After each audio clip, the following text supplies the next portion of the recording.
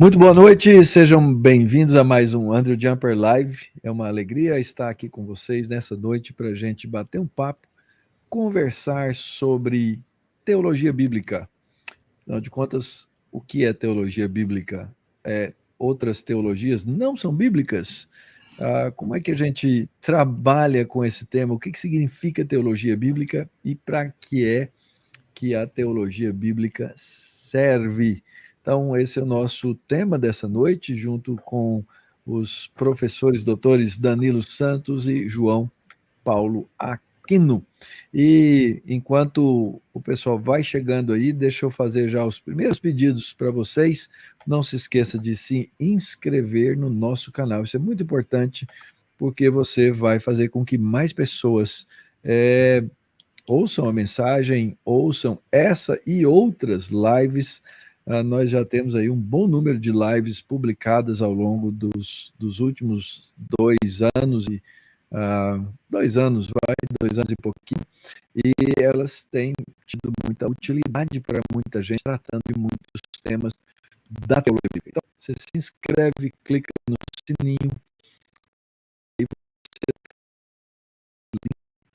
e colocá-lo em grupos que têm surgido, e às vezes vocês mesmos fazem os pedidos dos temas aqui. Então, nessa noite, nós temos nossos professores Danilo Santos e João Paulo com a gente. E vocês, então, colegas, por favor, deem aí o seu boa noite para aqueles que já chegaram na nossa live. Danilo. Boa noite a todos, é um prazer estar aqui. Acabei de falar aqui para o João Paulo, para o Mauro Meister, aqui em patrocínio, geralmente 9 horas eu estou dormindo, mas é um grande prazer poder participar aqui dessa live com vocês, e espero que eu esteja alerta o suficiente para dar uma boa... João Paulo, isso significa que ele não assiste às nossas lives. Tá vendo? Olha só, acabou de admitir. Então ele acabou de admitir que não assiste às lives, tá vendo? A gente vai resolver isso, né? Mas é um prazer, Danilo, muito obrigado. Danilo tem dado cursos aqui no Centro de Pós-Graduação Andrew Jumper. Danilo, reverendo Danilo. Aqui, antes da live, gente, deixa eu falar sério, né? A minha esposa está aqui do lado, ela é a maior ouvinte de lives de todos os séculos. E aí ela disse assim: eu conheci o Danilo escorregando no sabão numa garagem. Foi assim que a gente conheceu o Danilo, tá? E agora tá aí, ó, tem barba, é teólogo, é pastor, e é um excelente professor no campo da teologia, e é uma satisfação tê-lo aí com a gente, viu, Danilo? Dê aí seu boa noite, professor João Paulo. Muito boa noite, alegria estar aqui com o Dr. Mauro, Dr. Danilo Santos. Alegria, esse tema é um tema muito caro ao meu coração, e eu acho que é uma bênção termos a oportunidade de explicarmos para a igreja a utilidade, a bênção da teologia bíblica. Muito bom. E eu estou aqui, ó, fazendo 6 serviços ao mesmo tempo. Entre eles, eu estou copiando o link aqui, ó, para colocar nos grupos de WhatsApp enquanto a gente conversa, hein? Porque precisa chegar mais gente para ouvir um tema desse. Você que está aí ouvindo a gente, por favor, faça a mesma coisa. Você que chegou depois do meu pedido, não deixe de se inscrever no canal. Quando terminar essa live, você pode ir no nosso site do Centro Presbiteriano de Pós-Graduação Andrew Jumper, cpaj.mackenzie.br. Lá você vai conhecer os nossos cursos, mas você também pode conhecer a nossa revista teológica, a Fides Reformata. Fides Reformata é uma publicação acadêmica e pastoral dos últimos mais de 25 anos. Temos mais de 25 anos de publicações, aí estão no nosso site, disponíveis, gratuitas, para você pesquisar nos diversos campos da teologia e da enciclopédia teológica. Muito conteúdo, muito bom, que você pode conhecer no nosso site, a Fides Reformata. Então, esses são os nossos recados iniciais. nosso bate-papo inicial, e agora a gente vai então caminhar para o nosso tema, que é exatamente o tema da teologia bíblica. O que é, qual é a sua utilidade para a igreja? Então, vamos lá, vamos começar. Como é que a gente pode, em primeiro lugar, definir o que é teologia bíblica? Se existe uma teologia que é teologia bíblica, e a gente conhece, né, a teologia sistemática, por exemplo, uma é bíblica e a outra não é. Que negócio é esse? Colegas, por favor, deem aí a dica para a gente. Vai contigo, Danilo. Certo. Bom, quando a gente fala de teologia bíblica, é bom começarmos de uma explicação do que é a Bíblia, né? Então, a Bíblia é a revelação de Deus. E Deus revela isso não para si mesmo, não para os anjos, mas para os homens, para nós. A forma em que Deus revela isso é importante também. A estrutura, a forma em que ele organiza a sua revelação, isso é importante. A teologia sistemática faz o quê? Ela extrai princípios da Bíblia, que são princípios interessantes, princípios bons e coisas que nós precisamos saber, precisamos entender. Então, não, a teologia sistemática não é antibíblica, ela é bíblica. Ela extrai todo o conhecimento dela da Bíblia. Só que a teologia bíblica vai prestar muito mais atenção a esse processo, até mesmo orgânico, do desenvolvimento da revelação, certo? Da forma em que Deus revelou a sua verdade ao longo do tempo, começando em Gênesis e até Apocalipse. Então, é claro que nisso tudo também a teologia bíblica vai ter que tratar de como que eu enxergo o ápice, o clímax dessa revelação, que é o próprio Senhor Jesus Cristo, que é o Evangelho, desde Gênesis até Apocalipse.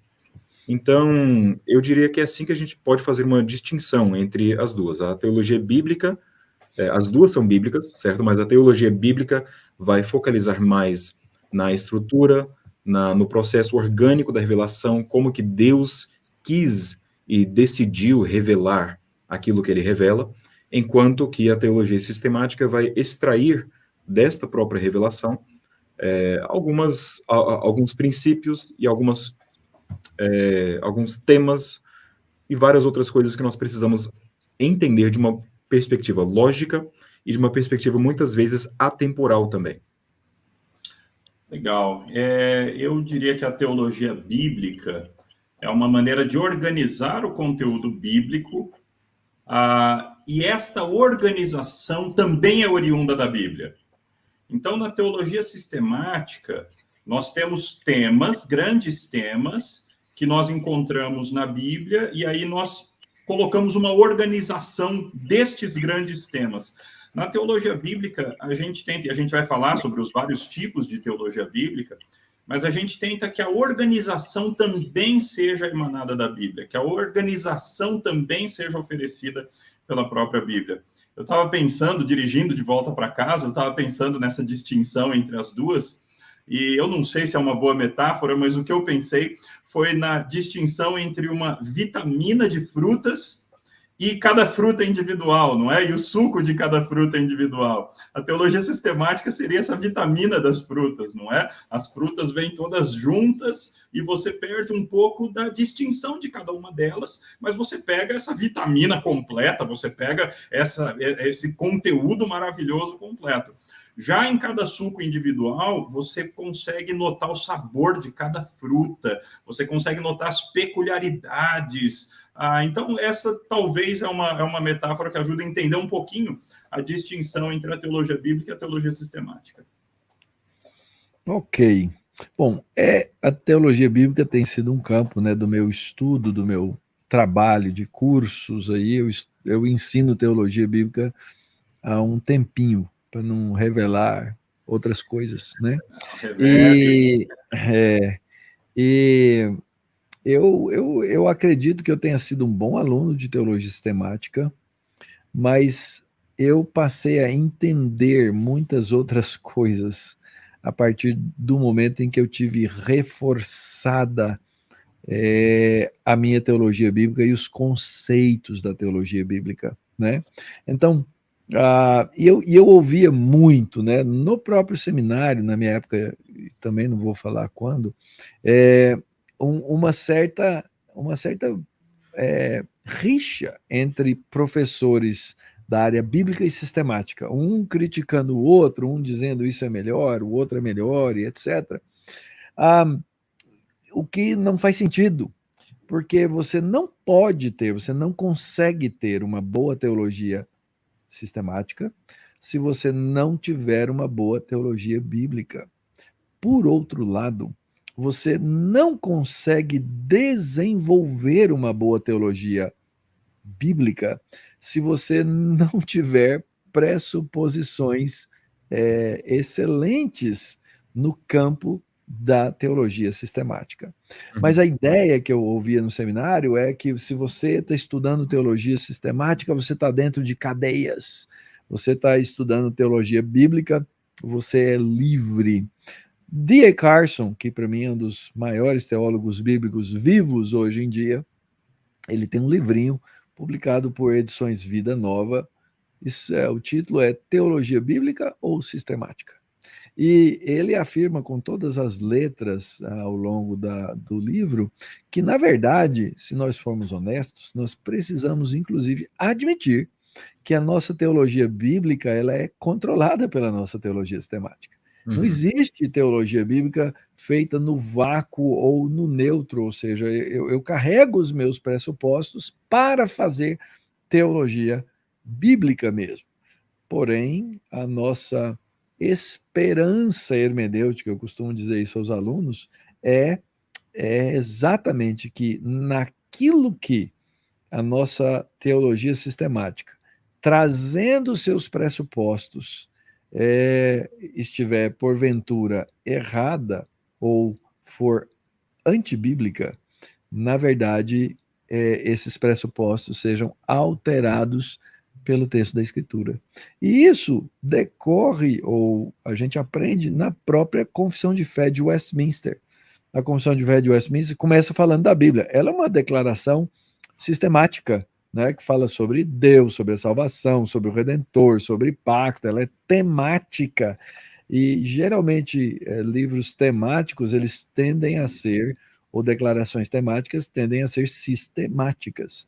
Mas a própria confissão diz assim, olha, o árbitro último de todas as controvérsias teológicas é a Escritura. Ou seja, eu volto sempre à Escritura para conferir o que é que está acontecendo. Então, teologia bíblica e sistemática não são antagônicas nem opostas, e eu gostaria de deixar uma definição de teologia bíblica que eu uso em sala de aula. Se você um dia quiser estudar teologia bíblica, você vem para o Andrew Jumper, faz o nosso EAD, e a primeira disciplina, todos os anos, é um panorama da teologia bíblica. E eu uso a seguinte definição de teologia bíblica, vinda do meu mestre e autor principal, Dr. Gerard van Groningen, que é o assunto da teologia bíblica é o processo da revelação divina. Então, a teologia bíblica, como disciplina, ela se endereça à história da revelação no curso do tempo, de Adão a Malaquias, e desde o anúncio do nascimento de Cristo até o livro do Apocalipse. Então, é bíblica, e é um estudo de como Deus falou, e à medida em que eu uso ou estudo como Deus falou, eu extraio o significado, porque senão eu vou entrar num campo de hermenêutica cega, eu não vou conseguir entender o real significado do texto na teologia bíblica. Sem maiores delongas, acho que nossa primeira pergunta ficou aí mais ou menos esclarecida, né? A vocês, pessoal que estão aí nos ouvindo, por favor, não deixem de fazer as suas perguntas sobre o nosso tema, para que a gente possa tentar aqui também trabalhar um pouquinho e respondê-los, tá joia? Como a teologia bíblica se organiza? Como é que ela funciona? Como é que ela deveria se organizar na nossa percepção?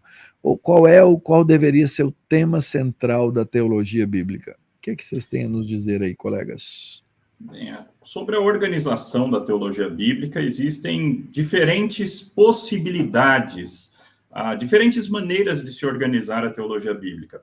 Eu disse há pouco que a teologia bíblica tem como foco apresentar uma organização que também emana da Bíblia. Quando a gente vai olhar essa organização que emana da Bíblia, a gente pode considerá-la, por exemplo, a grande história da redenção, a grande história de Deus. A Bíblia tem uma grande história. Então, essa grande história começa lá na criação, essa grande história, evidentemente, tem o momento da queda ali em Gênesis 3, um momento muito importante para a definição de tudo que a gente vive, de tudo que a gente vê à nossa volta. Ela também, já em Gênesis 3, aponta para a vinda do Messias, aponta para um plano que Deus eternamente havia definido de transformar, de redimir os seres humanos caídos, e aponta para um momento quando a criação será renovada, quando toda a vaidade da criação será tirada. Então, é possível organizar a teologia bíblica como uma grande história, e foi assim que a teologia bíblica surgiu, inclusive, mais com essa pegada histórica. Mas você também pode organizá-la por temas. Então, existem grandes temas que se repetem na Bíblia inteira. Não os temas da teologia sistemática, exatamente, embora às vezes exista certa repetição, mas temas como reino, pacto, mediador, aliança e pacto são a mesma coisa, mas até temas mais menos falados, como o amor, por exemplo, o amor de Deus, a glória de Deus, a santidade de Deus. É possível você fazer uma apresentação bíblico-teológica de cada um desses temas, vendo como que eles se desenvolvem, né? O Gerhardus Voss, um importantíssimo escritor nessa área, ele fala que a revelação bíblica ela é progressiva, orgânica, histórica e adaptável. Eu aprendi isso com meu professor de teologia bíblica, Mauro Meister. Pois é, tem que decorar. Lá em 2000, pronto, contei. Lá no ano 2000 eu aprendi isso. Então, vejam, alguns dos temas, eles surgem, a primeira vez que eles aparecem na Bíblia, eles surgem de maneira que você nem consegue notar muito a sua importância. Mas à medida que a revelação vai caminhando, esse tema se repete, e ele aparece de novo, e cada vez mais significado vai sendo acrescentado, vai sendo colocado sobre esse tema, de maneira que quando chega no Novo Testamento, todos esses grandes temas apontam para o Senhor Jesus Cristo e recebem no Senhor Jesus Cristo o seu sim e o seu amém para a glória de Deus, não é? Então, existe uma maneira temática de organizar a teologia bíblica. Existe também a maneira por autores. Então, você tem alguns grandes autores que escreveram na Bíblia. Moisés, é possível falar de uma teologia mosaica. É possível falar de uma teologia do cronista.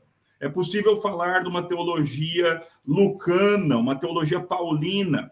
Por quê? Porque as teologias desses autores diferentes serão teologias diferentes, não teologias com um conteúdo diferente, mas muitas vezes com um vocabulário diferente. Eles falam, às vezes, verdades complementares, então eles não falam todos as mesmas coisas, mas eles falam com vocabulários diferentes, verdades complementares. Mesmo quando eles falam do mesmo conceito, muitas vezes eles usam um vocabulário diferente, uma perspectiva diferente, de tal maneira que quando você consegue ouvir cada um deles a partir do seu próprio jeito de falar, você enriquece muito a sua compreensão das Escrituras. Então, eu apresentei 3 maneiras de organizar a teologia bíblica, né? A maneira pela história, a maneira temática e a maneira por autores bíblicos. Existem outras, eu vou deixar aí com os demais participantes aí da live. Além dessas, a gente, claro, concordo com tudo que o João disse aqui, mas podemos também falar até mesmo sobre teologias de livros. Você pode pegar e fazer uma teologia de Levítico. Ah, mas Moisés escreveu o Pentateuco. Sim, mas Levítico tem a sua própria teologia. Ele escreveu aquele livro como um livro em si, né? E por ser um livro em si, ele tem a sua própria teologia, ele vai desenvolver algumas coisas específicas ali a Levítico. A questão da presença de Deus, a questão de como se aproximar de Deus, a questão da necessidade de sacrifícios, a necessidade de expiação pelo pecado, isso é chave ali em Levítico, e várias outras coisas assim. Mas nós podemos também falar não somente de livros, mas até mesmo de porções canônicas. A gente pode ter uma teologia do Antigo Testamento, uma teologia do Novo Testamento. Mas como que essa teologia do Antigo Testamento vai ser uma teologia bíblica? Bom, ela vai ser uma teologia do Antigo Testamento, mas ela desenvolverá também como que o Antigo Testamento já aponta para o Novo. Como que a teologia bíblica do Novo Testamento é uma teologia não só do Novo Testamento, mas uma teologia bíblica do Novo Testamento. Da mesma forma, olhando para o Antigo, notando os elos, as conexões que existem ali entre o Antigo Testamento, entre o Novo Testamento, como que a história da redenção, como foi falado aqui pelo João, como que isso se desenvolve de uma maneira particular ali no Novo Testamento. Então, sim, existem várias formas, né, de fazer de organizar a teologia bíblica. É interessante notar que cada uma dessas formas tem os seus pontos positivos, como nós falamos aqui, mas tem também os pontos negativos, certo? Como que eu faço, por exemplo, se eu pego e faço uma história da redenção e olho para toda a história aqui, o que eu faço com o livro, por exemplo, de Provérbios, certo? Onde é que ele se encontra ali? É criação, é queda, é redenção, é consumação? Como que a gente encaixa o livro de Provérbios? Então, às vezes, um foco na história da redenção acaba menosprezando alguns livros de sabedoria. Pode ser. Não estou dizendo que necessariamente tenha que fazer isso, mas pode acontecer. Da mesma forma, se eu der um foco ali somente em um livro ou somente em um autor, eu acabo, muitas vezes, criando tanta distinção entre aquele autor, mostrando tanto a propriedade daquele autor, a teologia própria daquele autor, que eu acabo distanciando aquele autor ou aquele livro de outros autores. É por isso que, creio, Lutero, não que ele fazia teologia bíblica no sentido de uma disciplina, mas é por isso que Lutero acaba chamando a epístola de Tiago uma epístola de palha, né? Ele olha para esse tema da justificação pela fé, que com certeza é um tema da nossa teologia, parte das escrituras, mas ele olha tanto para Paulo e o desenvolvimento disso em Paulo, que quando ele olha para Tiago, ele não consegue aceitar aquilo que Tiago fala sobre a fé e sobre as obras. Então, tem pontos positivos, tem pontos negativos, dependendo de como nós organizarmos aqui a teologia bíblica. E isso nos leva também para a questão do tema central, né? Então, se o tema central é a história da redenção, então nós vamos organizar a nossa teologia bíblica pela história da redenção. Agora, se o tema central for, por exemplo, aliança de Deus, então todos os demais temas se encaixam nesse tema maior. Ou será que o tema maior é o reino de Deus? Então tudo tem que se encaixar nesse reino. Será que existe mesmo, né? Essas são perguntas que ainda são debatidas, muitas vezes, entre os estudiosos, porque são difíceis de responder. É isso aí. A disciplina da teologia bíblica, ela é uma disciplina relativamente nova comparada com outras dentro da academia, né? Ela foi, de certa forma, esquecida por vários séculos e ela foi retomada no século passado. E esse retomar da teologia bíblica trouxe aí centenas, literalmente centenas de obras no último século e nesse século sobre o tema da teologia bíblica. E é interessante que autores, eles demoram para escrever uma teologia bíblica. Uma teologia bíblica não é a primeira obra de um autor. A teologia bíblica geralmente é a última obra de um autor. É depois de muito debate, muita meditação e muito conhecimento bíblico para você definir um caminho de teologia bíblica. E aí vem essas diferenças todas já citadas pelos colegas, né? Por exemplo, eu tenho uma certa hesitação, eu não gosto de usar o plural do termo teologias bíblicas, ainda que eu compreenda a teologia paulina, lucana, mosaica, davídica, ou teologia de blocos, teologia do Pentateuco, ou teologia dos livros históricos, ou a teologia dos livros sapienciais, por exemplo. Uhum. E eu entendo que, como método, usando o método gramático histórico, a gente sempre começa desse jeito, né? A gente sempre começa estudando dos blocos para você chegar a uma conclusão. Mas eu gosto mesmo de tentar enxergar, como professor de teologia bíblica, uma teologia da Bíblia como um todo. E isso nos leva a diferentes percepções. Por exemplo, a percepção da metanarrativa, né? Como é que essa já citada metanarrativa, criação, queda, redenção e consumação funciona? Como é que eu enxergo os livros de Gênesis a Malaquias, Mateus, Apocalipse, debaixo dessa metanarrativa? Ou eu ensino de maneira muito específica, seguindo o meu mestre, Dr. Van Groningen, uma teologia que considera um mite, que é um tema central tríplice. Então, alguns teólogos bíblicos, eles usam um tema central, outros teólogos bíblicos usam múltiplos temas, achando um foco neles. No caso, Van Groningen trabalha com um tema tríplice do reino, pacto e mediador. O reino é a estrutura onde tudo acontece, o pacto é o instrumento aonde a revelação se dá para que haja relacionamento, ou o relacionamento de Deus com o homem é estabelecido, ou com a criação como um todo, e finalmente o mediador é esse conector, é o representante de Deus na terra e o representante da criação diante de Deus. Então ele é o agente pactual. Então, obviamente existem diferentes maneiras de você fazer uma teologia bíblica.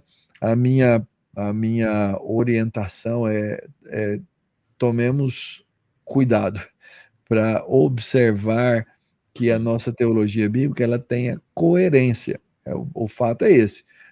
Muitas vezes a gente vai pegando, fazendo coxa de retalhos da teologia bíblica, e aí a gente não sabe conectar ou explicar as conexões de maneira coerente entre as partes da Escritura. Então, acredito que a gente deu pelo menos uma pincelada aí, né, a respeito do nosso tema. Diga, Mauro, que alguns teólogos apresentam, né, de um tema central que parece apelativa, mas eu acho que tem algo nela que a recomenda. É Deus como tema central das Escrituras, né?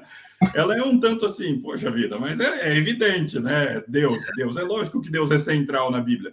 Só que às vezes, algumas apresentações da verdade de Deus, por vezes, ignoram a pessoa de Deus, o Pai em especial, eu estou me referindo. Uhum. Às vezes a nossa teologia não faz jus à Trindade, por exemplo. Então, eu acho que essas propostas que apresentam Deus, ou a glória de Deus, ou hoje mesmo eu vi uma que eu não conhecia, o James Hamilton, ele propõe que é a glória de Deus na salvação por meio do julgamento. Glória de Deus na salvação por meio do julgamento. Eu acho que é muito importante nós nos lembrarmos da centralidade de Deus, do Deus triuno, de Deus Pai, de Deus Filho e de Deus Espírito Santo, em qualquer organização bíblico-teológica. Isso é importantíssimo, né? Porque a nossa teologia deve ser doxológica. Não tem, se ela não for doxológica, então ela também não será ortodoxa. Se nós não estamos honrando e glorificando a Deus através do nosso estudo da Bíblia, então tem alguma coisa errada aí. Mas aqui entra um tema, um aspecto interessante, né, que João Paulo levantou. Ele usou o termo trindade. A palavra trindade não aparece na Bíblia.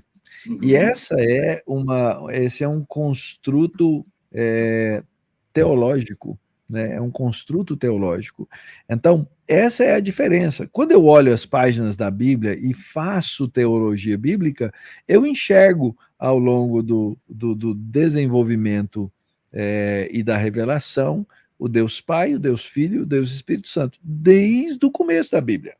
Só que lá no começo não está claro. Quando eu chego no Novo Testamento, né, e eu aprendo que o batismo é em nome do Pai, do Filho e do Espírito Santo, ainda que a palavra Trindade não esteja lá, eu começo a perceber como que essa teologia ela volta no processo, e aí eu começo a fazer leituras anteriores baseados numa percepção. Então, por exemplo, dificilmente alguém lendo o livro de Gênesis e o primeiro capítulo de Gênesis chegaria a uma conclusão trinitária, que ali estão Deus Pai, Filho e Espírito Santo. Mas a gente começa a ver, né? Bereshit bara Elohim, aí no verso 2, Ve'ruach Elohim merachefet al penei hamayim, o Espírito está ali. E aí Deus começa a falar. Aí você chega nos Salmos, por exemplo, os Salmos dizem que foi pela palavra que foi criado, né? E aí, quando você chega lá em João, João vem e desvenda o mistério, né? A chave todinha, quando no Evangelho de João diz: no princípio era o Verbo, e o Verbo estava com Deus, e o Verbo era Deus. Aí, quando você volta e vê determinadas declarações lá no capítulo 1, né? Capítulo 1, versículo 26 de Gênesis: façamos o homem à nossa imagem conforme a nossa semelhança. Dificilmente na leitura original do texto você enxergaria um diálogo trinitário. Mas à luz da escritura como um todo e do cânon da revelação, eu não tenho problema nenhum em dizer que aquilo ali é um diálogo trinitário e Deus tomando uma decisão para a criação do homem. Só que a linguagem bíblico-teológica ela é engraçada, né? Porque olha a expressão que eu usei aqui agora. Deus tomando uma decisão. Mas Deus não toma a decisão naquela hora. Ele não toma a decisão no diálogo. Quando eu vou por trás da teologia e entendo a teologia sistemática como um todo, a decisão de Deus é eterna. A decisão foi tomada antes da fundação do mundo, não é?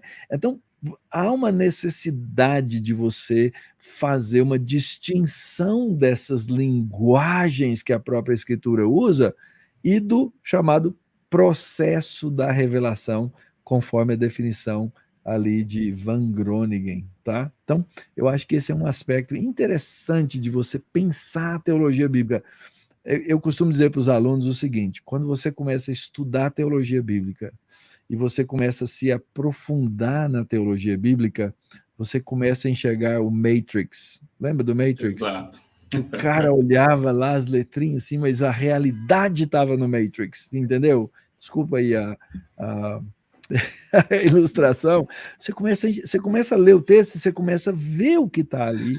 Para quem já passou por isso, faz todo sentido. Isso, é impressionante, é isso mesmo. E você tem que passar por isso. E eu vou dizer uma coisa: demora para você passar por isso.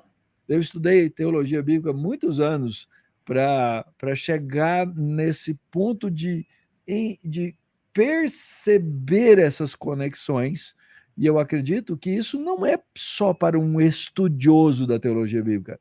Eu acredito que isso acontece para todo crente que se dedica ao processo do estudo contínuo da Escritura de uma maneira que haja um respeito pela hermenêutica. Então, se você faz isso, se você tem uma regra hermenêutica que emana do texto da Bíblia, você vai conseguir fazer uma boa exegese, construir uma boa teologia bíblica e, finalmente, uma boa teologia sistemática. Eu estou vendo gente aí, ó, que já leu Van Groningen, ex-alunos aí, ó, Cordão Dourado, Reino, Pacto e Mediador, né? Então, Pedro Bercelino está por aí também. Isso aí, Estou recebendo a bronca da esposa aqui, ó, ela está dizendo aqui: deixa os outros falar. Gente, fala aí, porque senão eu vou apanhar. Não, O que você disse, Danilo? Eu estou vendo alguns alunos meus aí que tem que Isso. entregar amanhã. Eu não sei o que eles estão fazendo aqui, mas estão. Isso aí, eles têm que entregar trabalho amanhã, não é? Do curso, o uso do Antigo Testamento no Novo Testamento, não é isso? Novo, isso mesmo. É isso aí, isso aí. Muito bem, gente. Vamos lá. Uma pergunta básica aqui. Desde quando existe a teologia bíblica? Como é que é esse negócio? Desde que existe Bíblia. Olha aí. Como Continua. o Dr. Mauro falou antes, né? A disciplina é nova. A disciplina, na verdade, a gente pode voltar um pouco e falar sobre a disciplina como algo que veio a existir aí com algumas palestras do J.P. Gabler, lá no finalzinho dos anos 1700 e pouco. Podemos também falar que houve uma ressurgência, né, um reavivamento da disciplina da teologia bíblica mais tarde, nos anos 50, os anos 60, com o Brever Childs, mas, ao mesmo tempo, não... A gente está falando aqui só de uma disciplina mesmo, só que a teologia bíblica em si vem desde que existe Bíblia.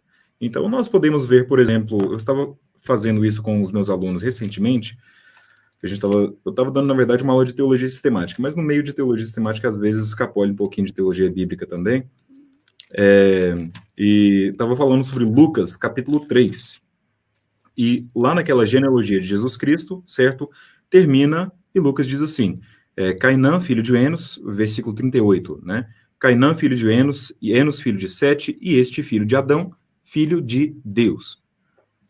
Como assim, Adão, filho de Deus? De onde que Lucas tira isso?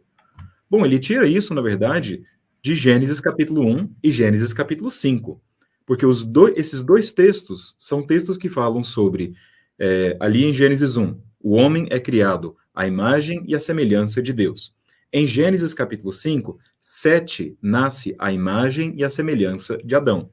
Lucas vê esses termos, então, e diz, veja só, se existe aqui imagem e semelhança mostrando que o filho, Sete, é igual, tem a identidade do pai, Adão, então Adão foi criado como filho de Deus. E é interessante que quando ele faz isso, ele traça a genealogia de Jesus até Adão, filho de Deus, ele está dizendo justamente, está fazendo uma conexão, note que isso aqui vem logo depois do batismo de Jesus, no qual Deus diz, esse é o meu filho amado.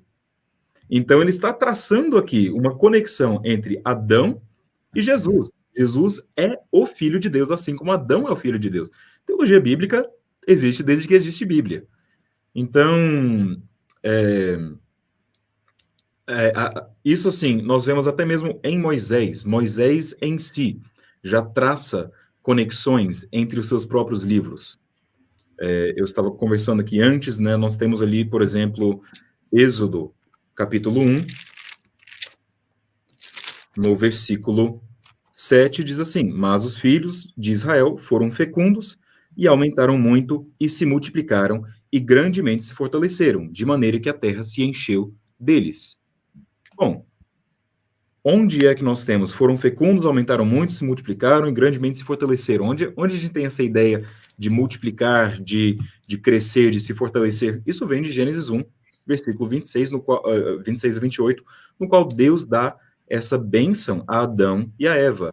E agora essa bênção é cumprida na nação de Israel, ali no Êxodo. Então, Moisés já está fazendo uma teologia bíblica que já está mostrando para nós claramente existe um propósito. Deus não faz isso aleatoriamente. Deus está usando aqui uma nação como um novo Adão.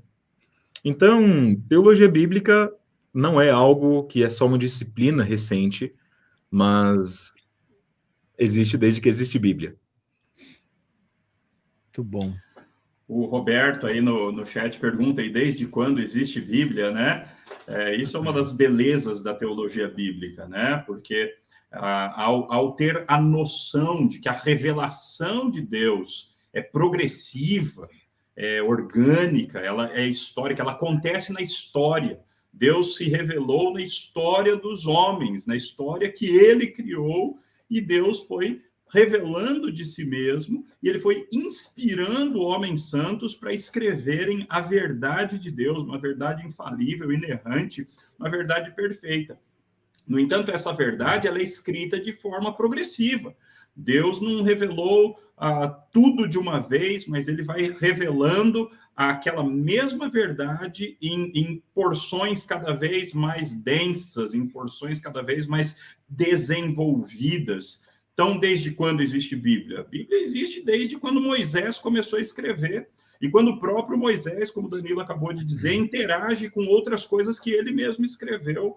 E quando outros autores do Antigo Testamento começam a interagir e fazem uma teologia a partir do Pentateuco, e quando os autores, depois do exílio, começam a repensar a história de Israel a partir do que aconteceu, a partir do evento do exílio, que eles mesmos conectam com o Êxodo. E quando os autores do Novo Testamento interpretam tudo isso à luz de Jesus Cristo. Então, desde quando existe Bíblia? Desde que Moisés começou a escrever, e existe essa noção dos autores bíblicos. Eles se interconsideram inspirados por Deus. Eles interagem uns com os outros como quem está interagindo com a palavra de Deus.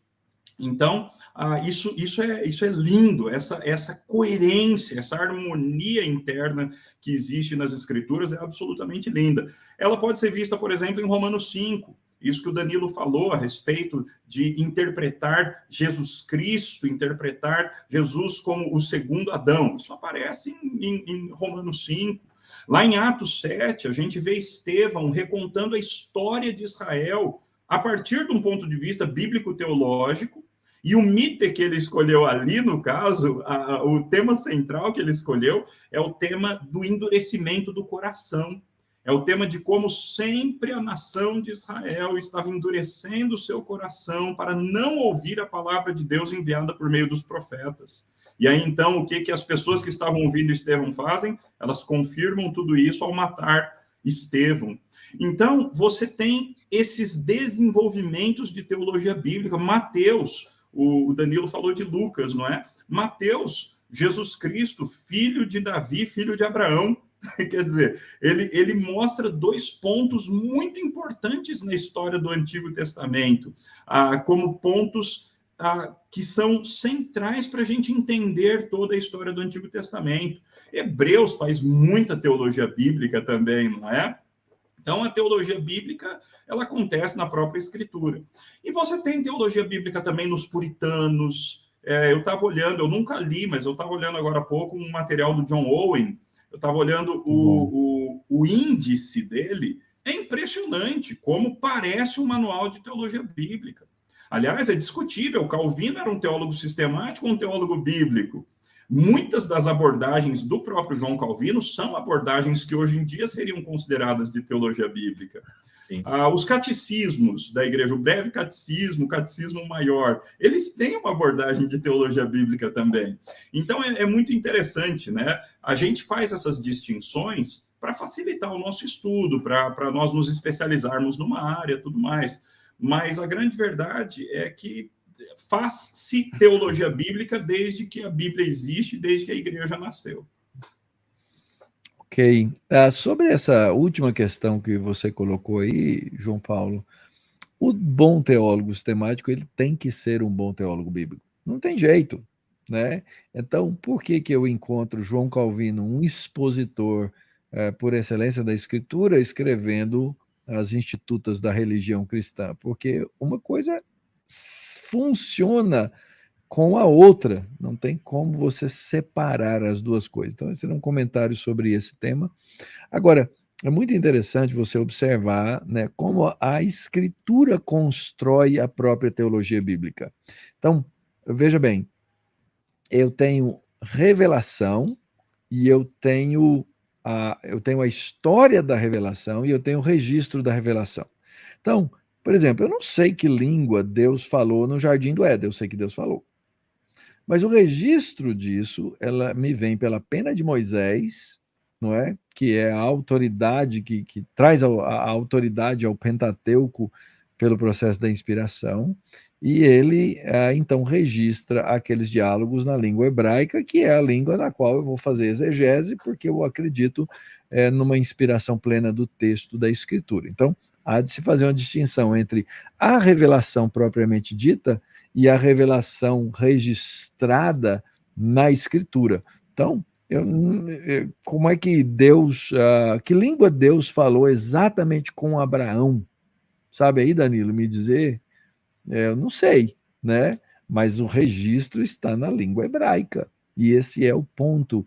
Eu parto do registro da história. Por isso que a definição lá atrás é o processo da autorrevelação de Deus. Eu tenho que entender esses mecanismos. E aí, dentro da Escritura, só para dar esse exemplo de desde quando existe teologia bíblica, eu gosto muito de usar o livro dos Salmos.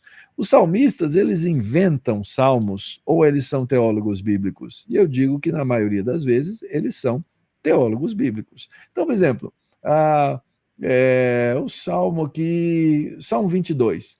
Pois do Senhor é o reino, é Ele quem governa as nações. Da onde o salmista tira isso? Ele estava lá parado, num êxtase, e recebeu uma revelação. Não, ele era um leitor da Bíblia. Ele leu o livro de Gênesis. Ele viu que Deus governa sobre as nações. Depois, o filho do pai, não é? Ele vai dizer, olha, quando orares, vocês devem orar desse jeito. E aí ele mesmo reflete aquela teologia, pois teu é o reino. Não é novidade, gente. É um processo de teologia bíblica. Jesus, em Lucas 24, fala das escrituras, da divisão tríplice do cânon da Bíblia hebraica, né? o Tanar, o Torá, o Neviim e o Kotevim, não é? A lei, os profetas e os escritos. E lá em Lucas 24 ele repete mais de uma vez isso, né? Tudo que a meu respeito está escrito em Moisés, na lei, Moisés, lei, nos profetas e nos salmos, né? Então, isso é importante da gente compreender, né? E da gente entender que a Bíblia é cheia de teólogos bíblicos. Esse é o ponto. Antes de continuar, eu preciso dizer para vocês algo importantíssimo. Andrew Jumper está aí com processo seletivo aberto de alguns cursos. Nosso EAD, você pode se inscrever agora e no dia 1º de agosto você entra na sala de aula em uma dessas 5 áreas: teologia sistemática, teologia bíblica, teologia aplicada, missiologia e exposição bíblica. Alguém perguntou aqui nos comentários, por onde eu devo começar para ser um bom pregador? Eu costumo dizer o seguinte, se você não tem teologia sistemática prévia, estude teologia sistemática. Depois você estuda teologia bíblica e depois você vai para os processos de aplicação e pregação.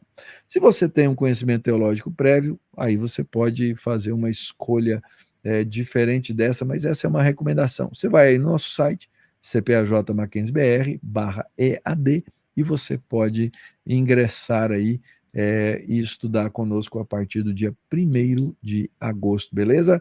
Então fica a dica, fica o nosso recado para esse momento. Vamos lá.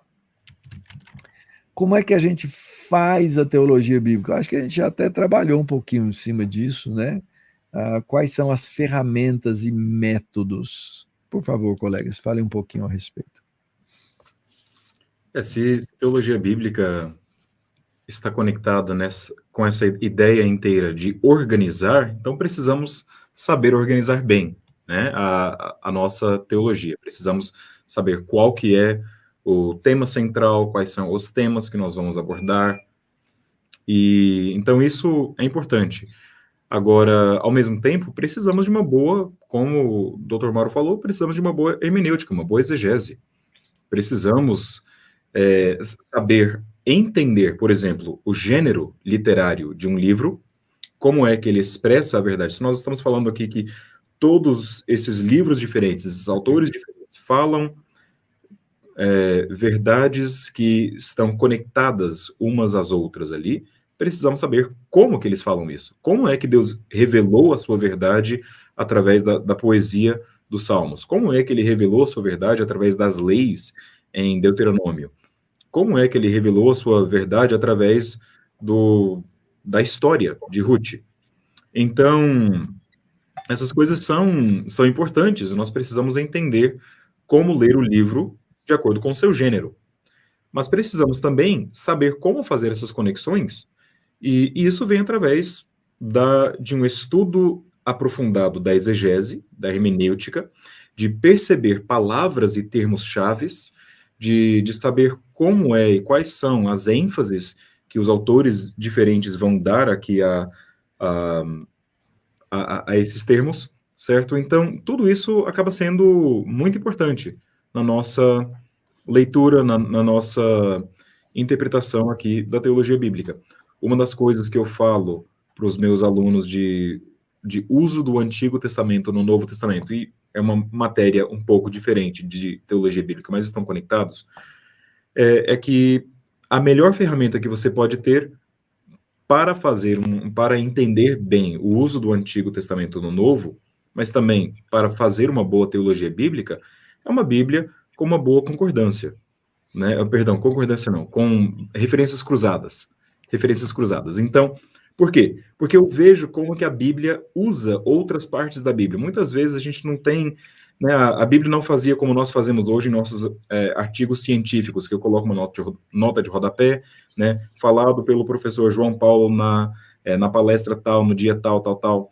Não, eles usam as palavras e não dizem quem que usaram, de onde veio. Eles pressupõem que nós entenderíamos que aquilo, aqui Malaquias está citando Gênesis, né? Nesse texto aqui eu vejo uma conexão de Provérbios com Salmos.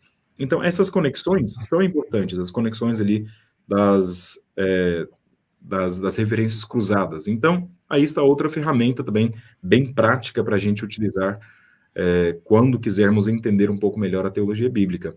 Mas essas são algumas, os outros professores aqui podem falar sobre outras.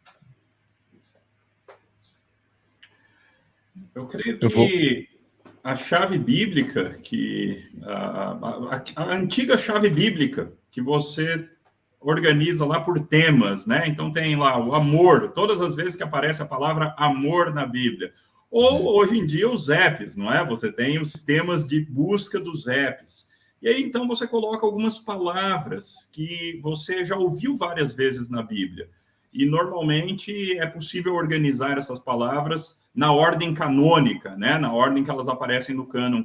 Uma leitura disso pode te trazer verdades muito interessantes. Você pode, a partir dessa leitura, ter uma noção de como esse tema foi se desenvolvendo. É claro que você tem que tomar o cuidado de não ler esse texto fora do seu contexto. Então, não leia só aquela frasezinha minúscula que aparece no resultado da busca do app. Você vai ter que abrir o texto lá e ler um pouquinho o que está nas adjacências do texto, né? Qual é o contexto daquele texto. Mas, a partir do momento que você faz isso, você começa a captar algumas maneiras que vários temas bíblicos são desenvolvidos ao longo do cânon. E que beleza que é isso, como é maravilhoso. Esses dias, com uma turma de interpretação bíblica, eu peguei o tema pedra. E aí olhamos como é que esse tema é desenvolvido nas escrituras.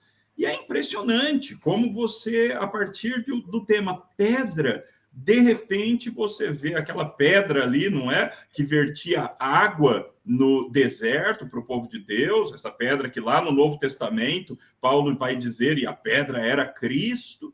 De repente você tem ali em Daniel uma pedra que é cortada sem o auxílio de mãos humanas e que vem rolando e destrói aquela grande imagem que representava os reinos deste mundo. E, de repente, Jesus, do Novo Testamento, citando textos de Isaías e Salmos, ele diz que ele é a pedra rejeitada pelos homens, mas eleita e preciosa.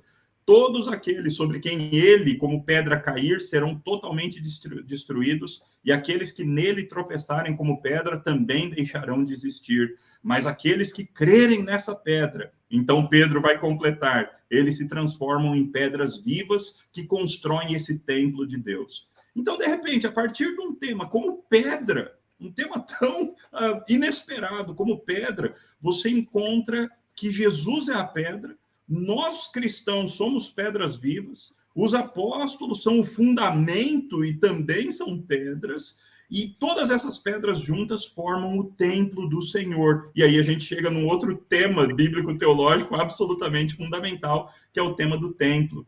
Então, quer dizer, a mesma coisa que eu acabei de fazer rapidinho aqui com pedra, você tem vários temas bíblicos que vão progredindo, vão se tornando cada vez maiores e que normalmente tem sua grandiosidade apresentada na pessoa de Jesus Cristo, e normalmente Jesus Cristo compartilha com a gente aquilo que ele é. Normalmente ele chama a gente para ser aquilo que ele é. Jesus é o templo e ele nos chama para ser templo também. Jesus é o profeta, sacerdote e rei e ele também nos chama para sermos profetas, sacerdotes e reis. Então esses grandes temas da teologia bíblica, eles apontam para Jesus e Jesus compartilha com a gente. Então é lindo, é muito lindo estudar teologia bíblica.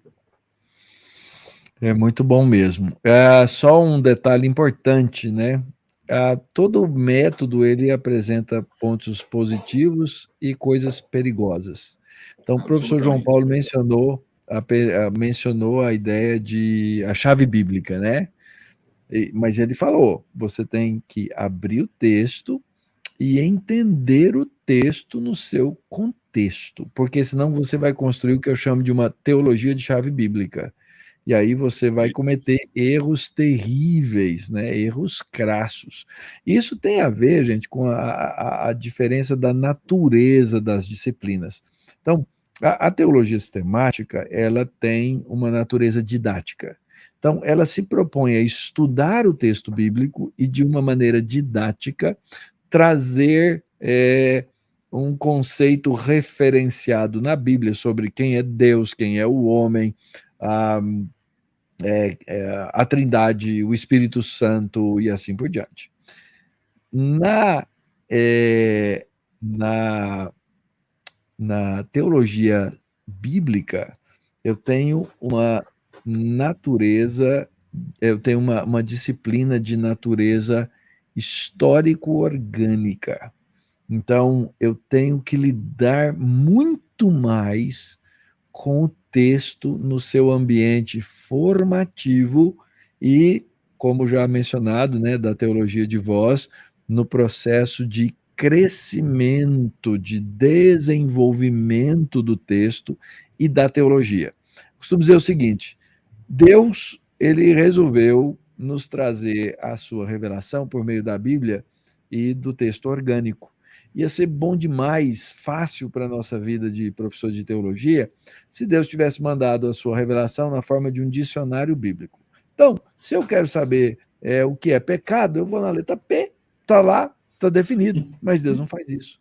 Ele coloca pecado, ele exemplifica o que é o pecado, ele mostra o que é o pecado, em alguns lugares ele define pecado.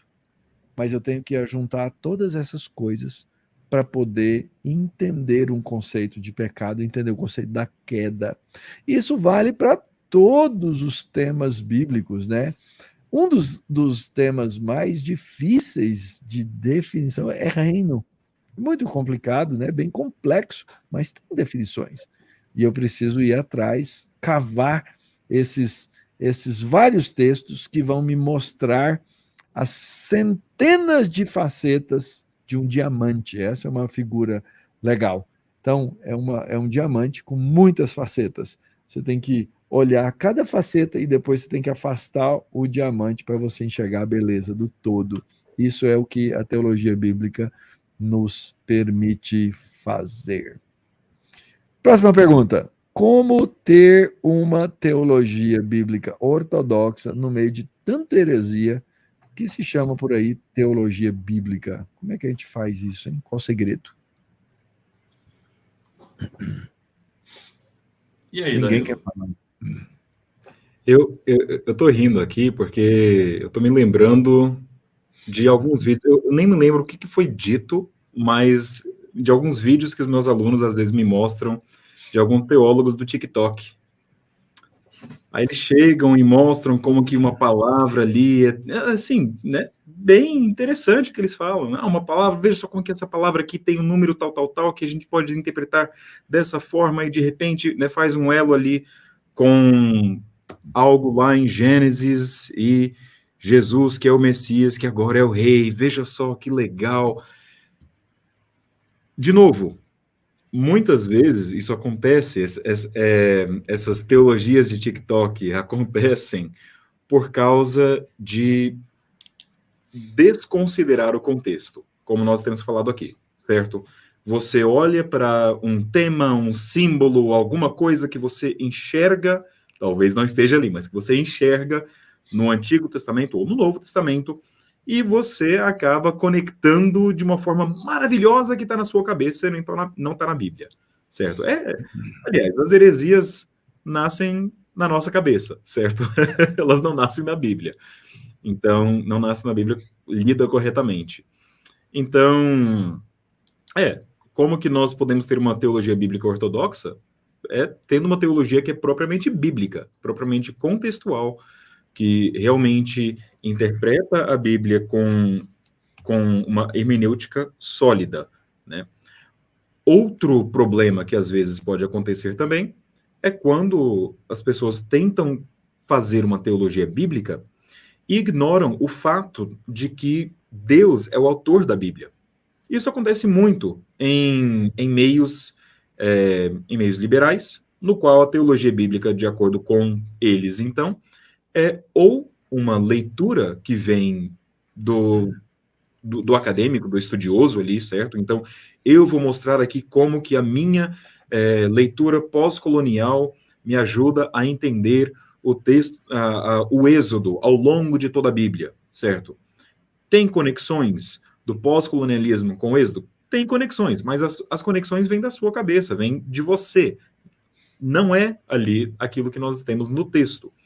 Ou, às vezes, nós temos pessoas, de novo, ignorando o fato de que Deus é quem escreve as Escrituras, basicamente fazem uma ótima teologia bíblica ali, um ótimo estudo, em que eles notam conexões, eles notam divergências entre autores diferentes da Bíblia, mas, no final das contas, ignorando que tudo isso foi escrito por um só autor, eles acabam tirando conclusões erradas. Então, tem dois erros possíveis aí. Pode ser o erro de uma pessoa que tem muito zelo por Deus, mas não lê a Bíblia corretamente, não tem uma hermenêutica sólida, ou pode ser por uma pessoa que tenha uma hermenêutica até boa, só que ignora o próprio fato de que a Bíblia foi escrita por Deus, e aí, logo por causa disso, a gente vê que não é uma hermenêutica muito boa.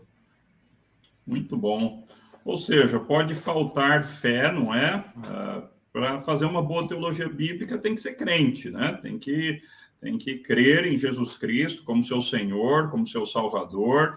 Tem que receber a Bíblia como palavra de Deus, inspirada pelo Senhor Deus, os 66 livros vindos seus, a palavra inerrante, completa, maravilhosa, e tem que saber ler, tem que ter uma boa hermenêutica, tem que ser uma pessoa que lê as Escrituras, lê o todo das Escrituras. Uma pessoa que não eleva partes das Escrituras como mais importantes do que outras, porque isso às vezes também cria teologias bíblicas ruins, quando é uma teologia bíblica que submete o restante das Escrituras a alguma parte, não é? Então, todas as partes da Bíblia têm que ser lidas nos seus direitos, não é?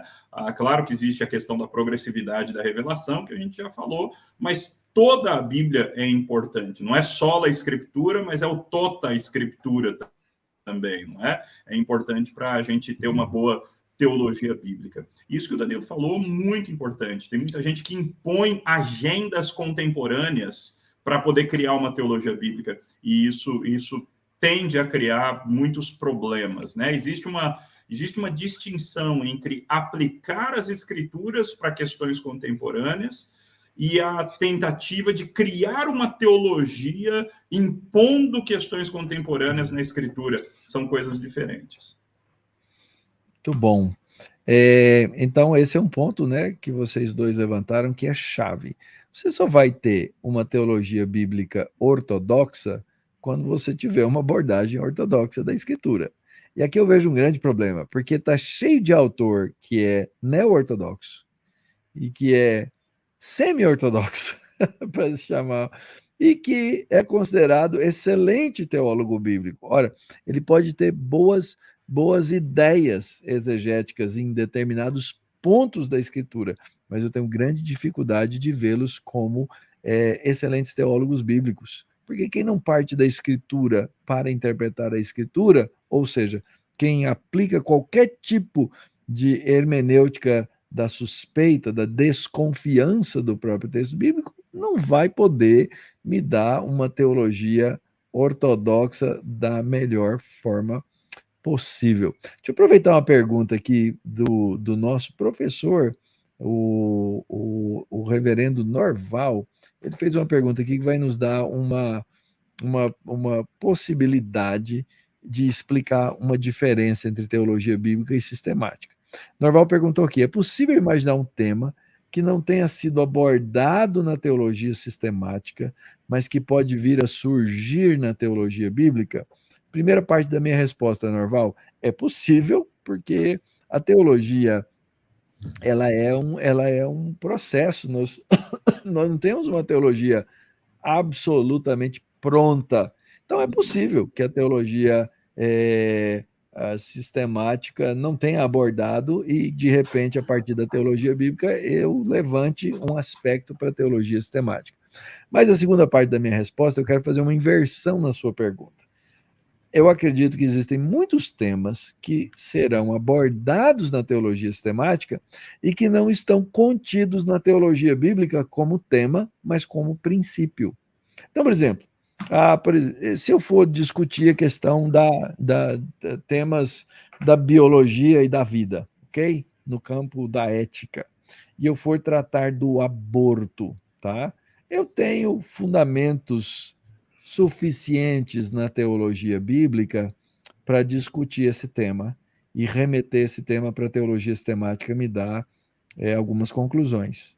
Por outro lado, eu tenho um tema na área da bioética que é a clonagem. Como é que eu vou tratar de clonagem a partir da teologia bíblica? Não tem.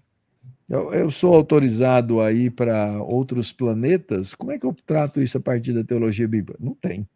Então, a teologia sistemática, ela tem uma ferramenta, uma instrumentalidade muito importante para a gente, à medida em que a história passa e as questões da humanidade são levantadas, para eu levantar na teologia bíblica os princípios, mas os temas não estão lá, tá? Então isso é algo importante.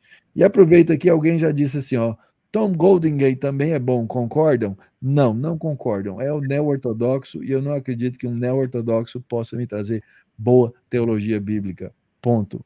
Pronto, falei. Ok, muito bem. É muito perigoso, gente. A gente brinca demais com publicação, né? Ainda mais na internet. Quando eu estou no ambiente acadêmico e eu vou discutir John Goldingay, ok, é uma coisa. Agora, aqui na internet, eu simplesmente dizer, não, é bom, você pode aproveitar. Gente, tudo que escapa da ortodoxia pode ser fatal à fé.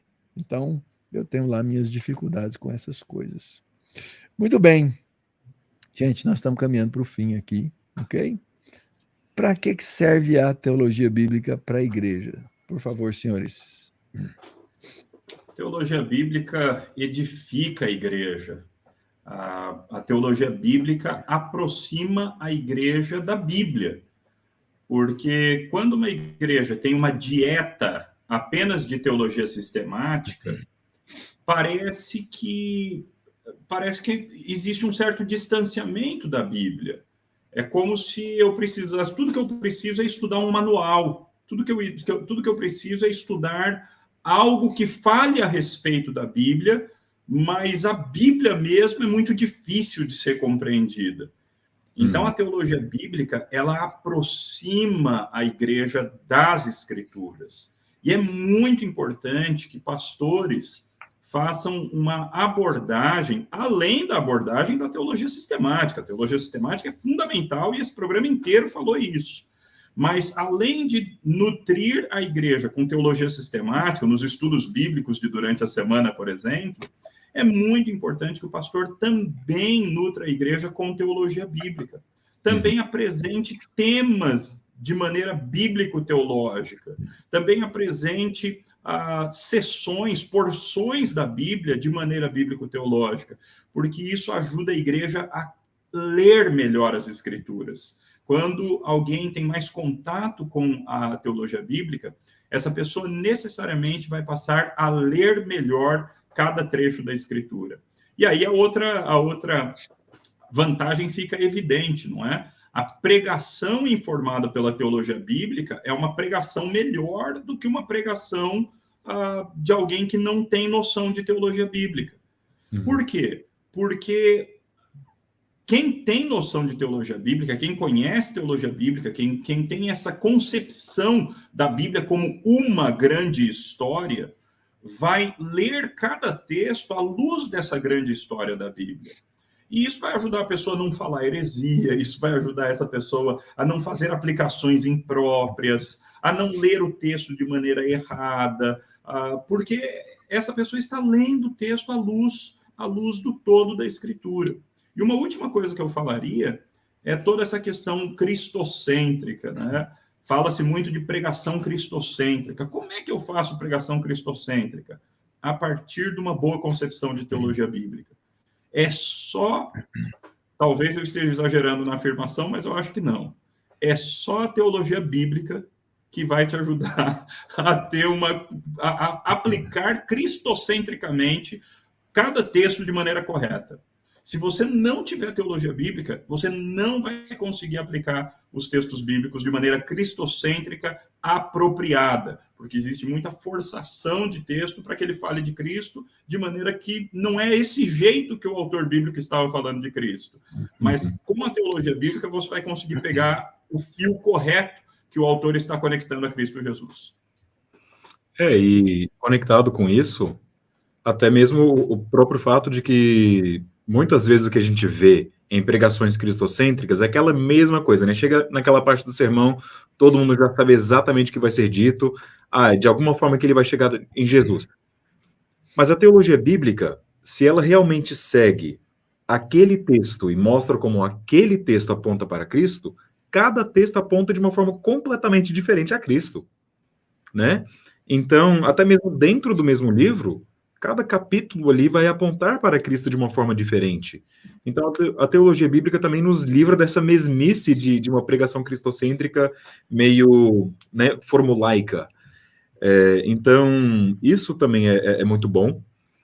E, como você falou antes, João, é aquela questão, né, que, olha, a teologia sistemática pode fechar, né, a minha perspectiva aqui para algumas coisas.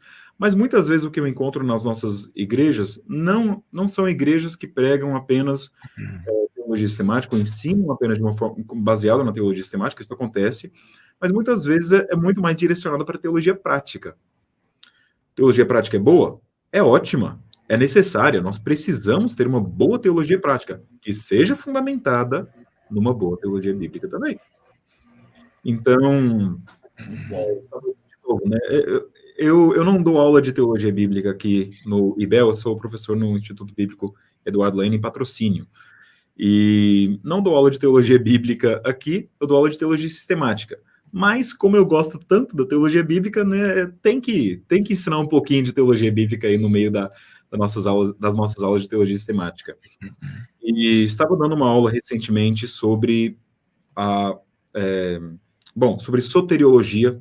Nós estamos estudando soteriologia esse semestre, e os elementos diferentes da nossa doutrina da salvação. E um desses elementos, depois que nós falamos sobre a justificação, nós falamos sobre a adoção, na ordem da salvação.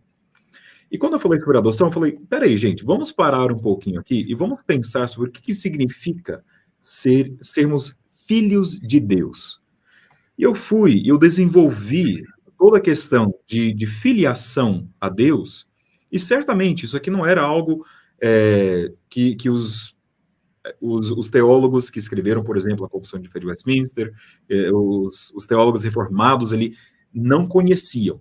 Mas eles escrevem de uma forma abreviada, de uma forma sistemática, e eu desenvolvi toda essa questão. Veja só, Adão, filho de Deus. Êxodo 4, versículo 23, Israel, filho de Deus.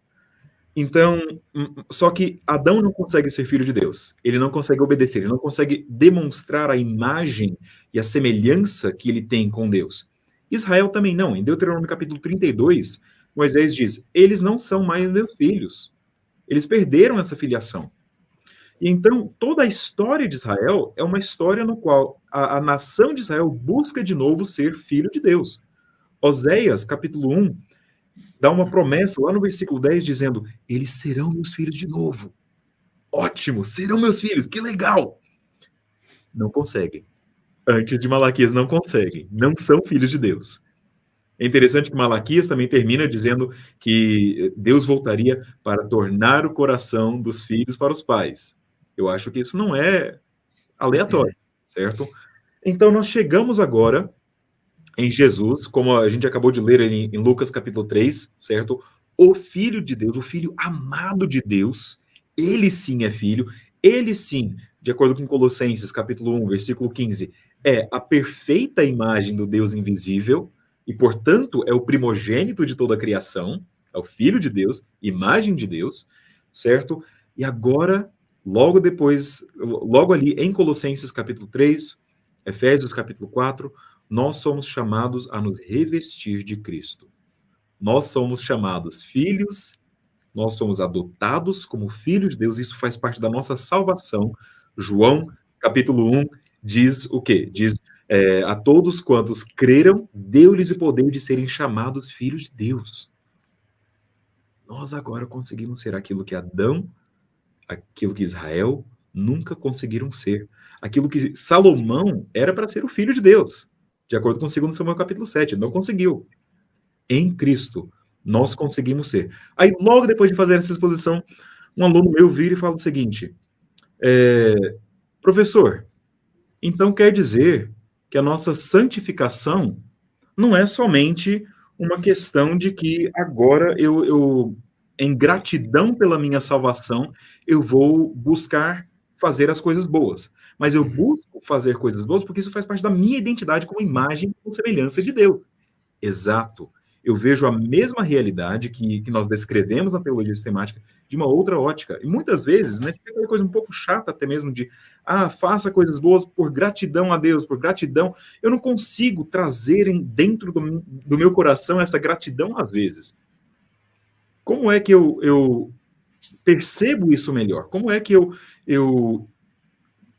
trago o meu coração, a minha alma, a minha mente para ter essa gratidão que deve motivar a minha santificação? Bom, olhando de novo para esses temas bíblicos, vendo como que a minha realidade agora é a culminação de uma história inteira, da história da humanidade. Então, é muito bom ter essa ótica diferente, é muito prático e é muito profundo para todos nós na igreja. Então, com certeza, isso ajuda a nossa pregação, isso ajuda a nossa teologia, isso ajuda o nosso viver diante de Deus. É algo que a igreja precisa. Amém. Muito bom. Eu vou dar um conselho aqui para os meus colegas pastores, amigos pregadores. Gente, teologia bíblica é o foco e o segredo para a pregação expositiva. Se você gosta de pregação expositiva, você crê que esse é uma das melhores maneiras, eu não estou dizendo que é a única, mas é uma das melhores maneiras de Deus trazer a sua palavra dominicalmente, né? Sabaticamente, né?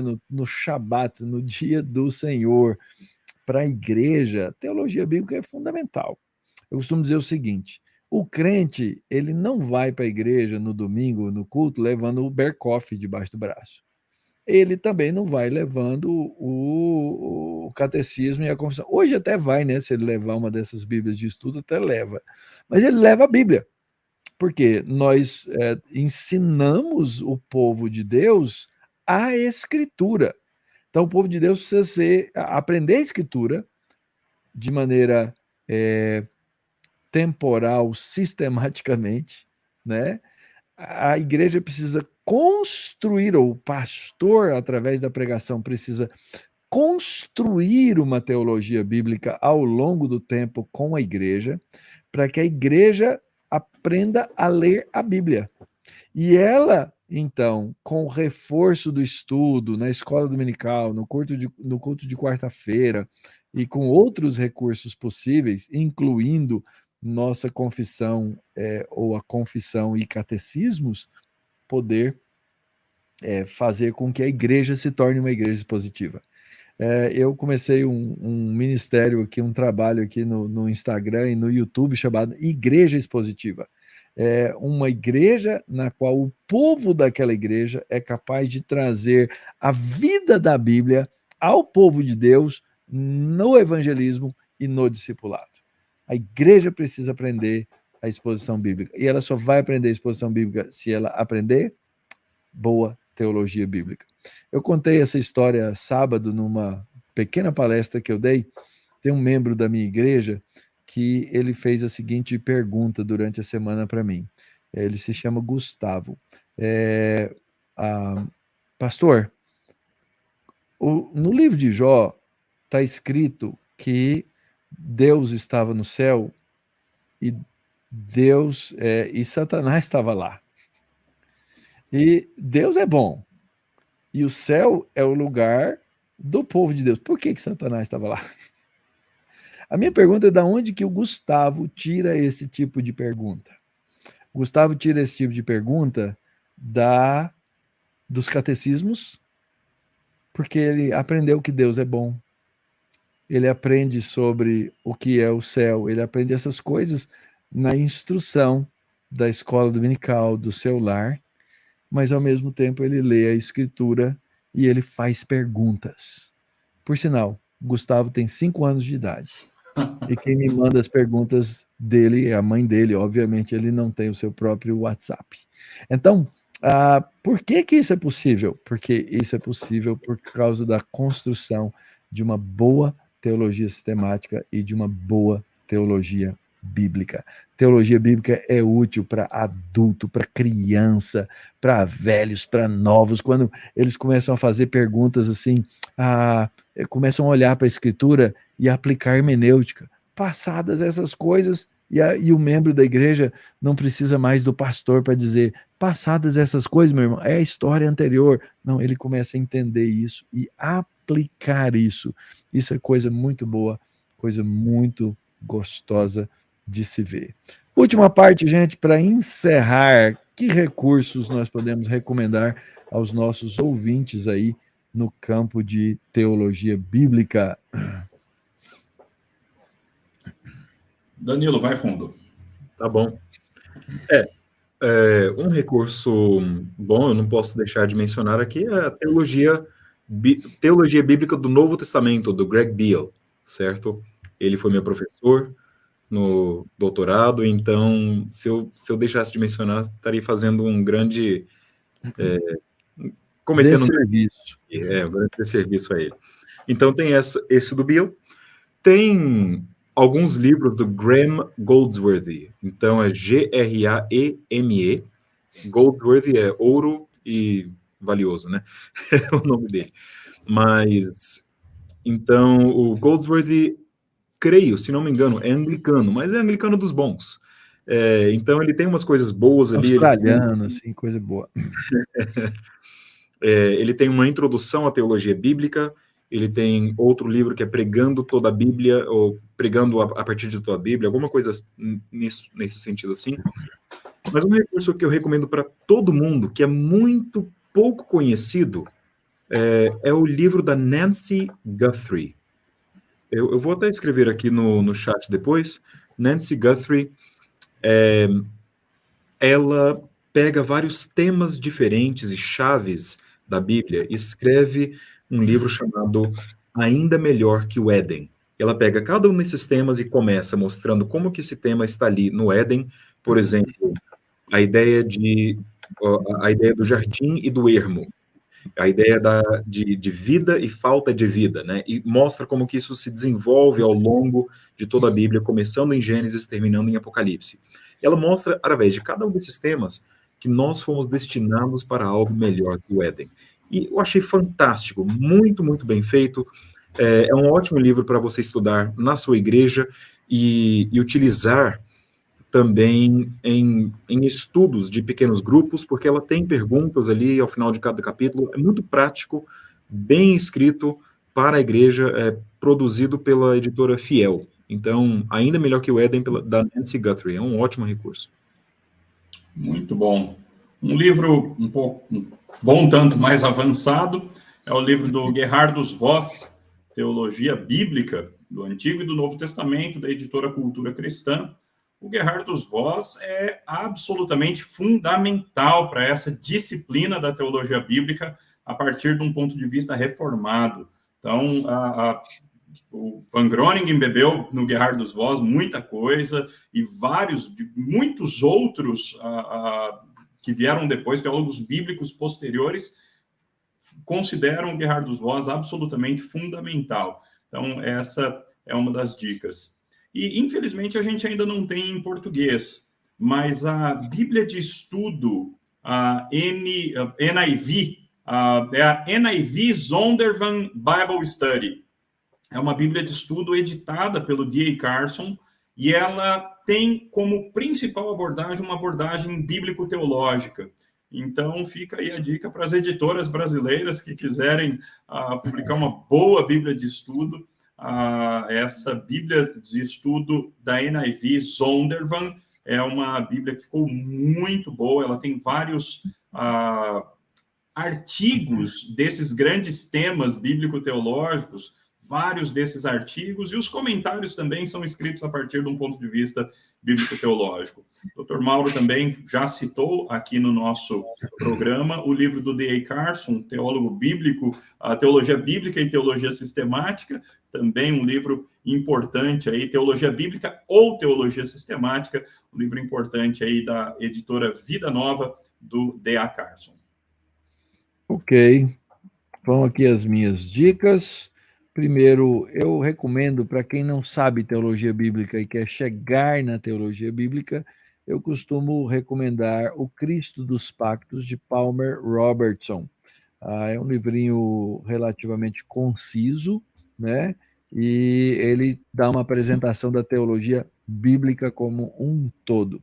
Para caminhar mais profundamente, eu uso como base e fundamento dos meus cursos de teologia bíblica os 3 volumes do livro de Van Groningen, chamado Criação e Consumação. Eu estou falando devagar aqui porque eu estou digitando, também da Cultura Cristã, e esse é um livro que você tem que ter na sua biblioteca, para você ir construindo a teologia bíblica.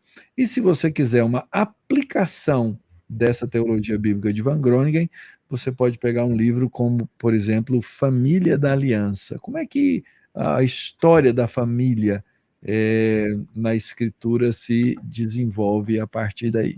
Eu tenho um projeto no qual eu intento escrever pequenas teologias bíblicas, um livrinho que eu escrevi, que é uma teologia bíblica da idolatria, chama A Origem da Idolatria. Então, é focado num tema, a idolatria, desenvolvendo uma teologia bíblica ao longo da narrativa das Escrituras. Então, são aí algumas indicações.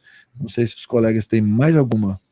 Eu queria fazer um destaque para uma obra de teologia sistemática, a obra do Michael Horton, Doutrinas da Fé Cristã. É impressionante como o Horton é um sistemático, consciente da teologia bíblica, e como ele conhece assim as obras fundamentais, importantíssimas de teologia bíblica, ele cita nessa teologia sistemática dele. Então, assim, se você quer um teólogo sistemático que realmente faz o trabalho de ir à teologia bíblica e trazer a teologia bíblica e transformá-la em teologia sistemática, eu acho que não tem nada melhor do que esse livro do Horton. Cultura Cristã, tá aí mais um livro, né, bacana para ler nesse campo. E aí fica então a dica, tá bom, gente? De se inscrever no nosso canal, clicar no sininho. Quarta-feira, toda quarta-feira, 9 horas da manhã, a gente tem a devocional Andrew Jumper, além das nossas lives todas as segundas-feiras, tá bom? Então, vá lá no nosso site, conheça nossos cursos e, sobretudo, conheça aí os cursos que estão abertos agora, as inscrições, que são o nosso EAD, você pode começar a estudar em agosto, e também o nosso curso de especialização em educação cristã, que você pode começar a partir de agosto. Colegas, deem aí o seu boa noite para quem nos acompanhou aí nessa live. Muito obrigado a você que esteve conosco até agora. Muito boa noite, muito obrigado a todos aí que nos acompanharam. Estudem teologia bíblica, é uma delícia, você vai se apaixonar ainda mais pelas escrituras à medida que você estudar teologia bíblica. Boa noite a todos. Boa noite, meus caros colegas aí. Boa noite, eu queria falar uma boa noite especial aí para os meus alunos que se antenaram aí, alunos de outrora também aqui do IBEL, e amigos e família também que estão todos aí. Muito obrigado por assistirem, acompanhar a gente, e Deus abençoe vocês. Realmente, como o professor João Paulo disse, estudem teologia bíblica, é muito útil, e isso servirá de edificação da tua vida e da igreja. Muito bom. Eu citei durante a live o texto de Lucas, no capítulo 24. Tem 2 episódios ali narrados. Um de Jesus caminhando com os discípulos no caminho de Emaús, e depois Jesus em Jerusalém com os demais discípulos. Nos 2 episódios, o Senhor Jesus repete esse conceito e essa ideia. Lá em Lucas, no versículo 27, quando Jesus fala aos 2 discípulos de Emaús, ele diz assim, então Jesus, e começando por Moisés, discorrendo por todos os profetas, diermeneo, expunha-lhes o que a seu respeito constava em todas as escrituras. Jesus expôs, depois Jesus sentou à mesa e partiu o pão. E lá na frente o texto vai dizer assim para esses vários discípulos, e então lhes abriu o entendimento para conhecerem, para compreenderem as Escrituras. E é isso que a gente quer. A gente quer compreender a palavra de Deus e a gente quer ter a habilidade de explicar e aplicar a palavra de Deus para o povo de Deus. Que o Senhor te abençoe, que o Senhor te guarde e nós nos vemos em breve, se assim permitir, seja na próxima live, seja nas nossas devocionais. Colegas, muito obrigado, muito boa noite, bom descanso para vocês e até a próxima. Até.